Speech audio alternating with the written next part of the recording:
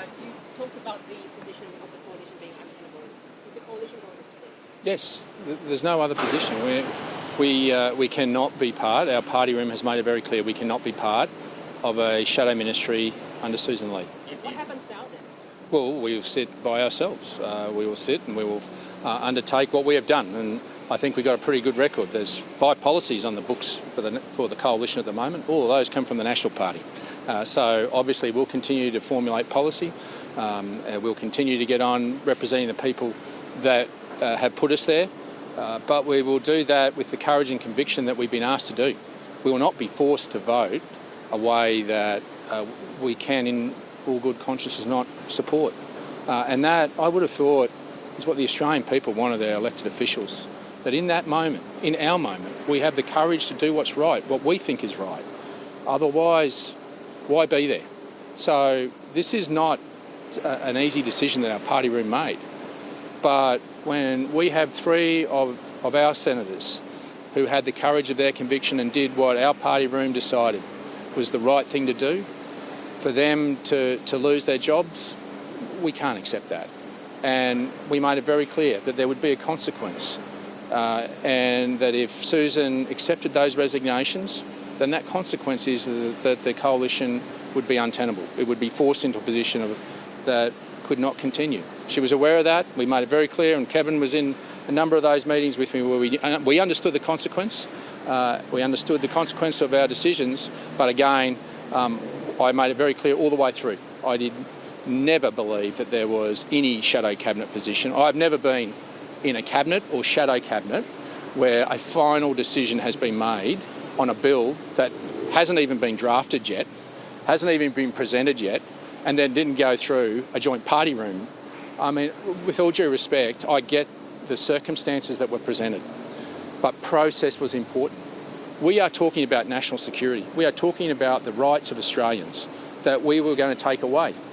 I couldn't, in good conscience, not sit there and do the right thing, and that is where our party room got to. And my party room, as I would have respected the Liberal Party if they couldn't get to the same position on us as guns, would have respected that they had a different position and let them go their way. But on this, when proper process, there has been a failure of management here, and I am not going to stand by, because I was going to vote against this and just allow 3 of my senators be the fall guys. That's not how the National Party works. 1 in, all in, 1 out, we're all out. And the reality is that was made very clear to Sussan Ley all the way along. And it's disappointing we got to this position.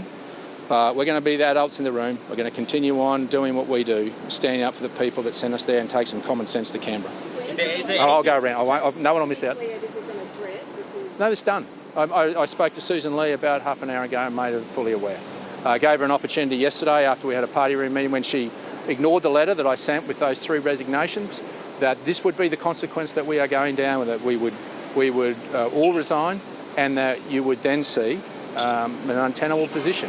Had that conversation. She came back with a set of words last night that I put to the party room that still would not move on reinstating those 3 senators immediately.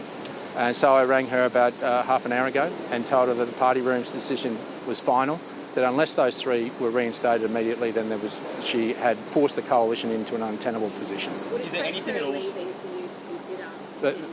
That's not a matter for the National Party, that's a matter for the Liberal Party. But we made our decision predicated on what has happened here. She was aware of the consequence of what was coming.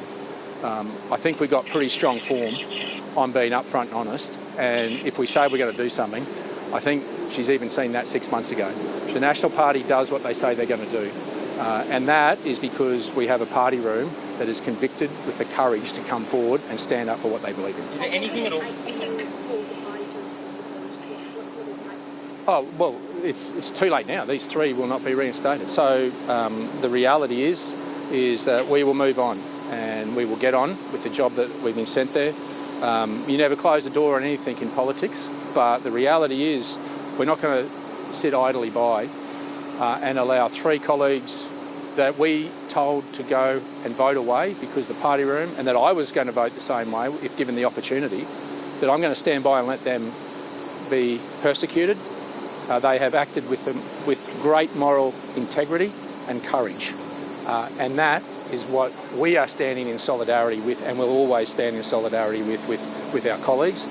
And it's unfortunate that we've been forced into this position, but that's the reality. So we'll get on with the job. Just to be completely clear, that there's nothing to... Hold on, I'll come to you, mate. Oh, yeah. Well, that's a decision for them, but we can't. There is no shadow minister that wants to be and serve in Sussan Ley's shadow ministry. That was made clear to us in our shadow cabinet, and we are in solidarity with those three senators, Bridget McKenzie, Susie McDonald, Ross Cadell, in what they have been forced to pay a price that was not necessary. And Sussan Ley understood the consequence if she did accept those resignations. They put those resignations in good faith, in trying to respect the coalition. This is the most disappointing thing. We have tried to respect the coalition and tried to have some understanding of the difference of opinion and position, and to have a way out and to say you just don't have to accept them. These were circumstances that was mismanaged, and if there was some courage of leadership and acknowledge that, then we could have averted all this. But when I, in good conscience, was going to do the same thing, I can't stand by and say I'm going to stay in a position. That would make me a hypocrite. It would make Kevin a hypocrite, and that's not how we operate. And this could have been averted. So we've been forced into this position, and it's deeply sad. But it's up to the Liberal Party what they do next. Sorry, you were quite boisterous, yeah. Did the decision to continually call for this to be Parliament to recall and to rush this through in some way contribute to... Well, no, this could have been averted. So the Migration Act that we supported, and that element of the bill, that was actually in the Siegel report. That was handed to the government back in, I think, June.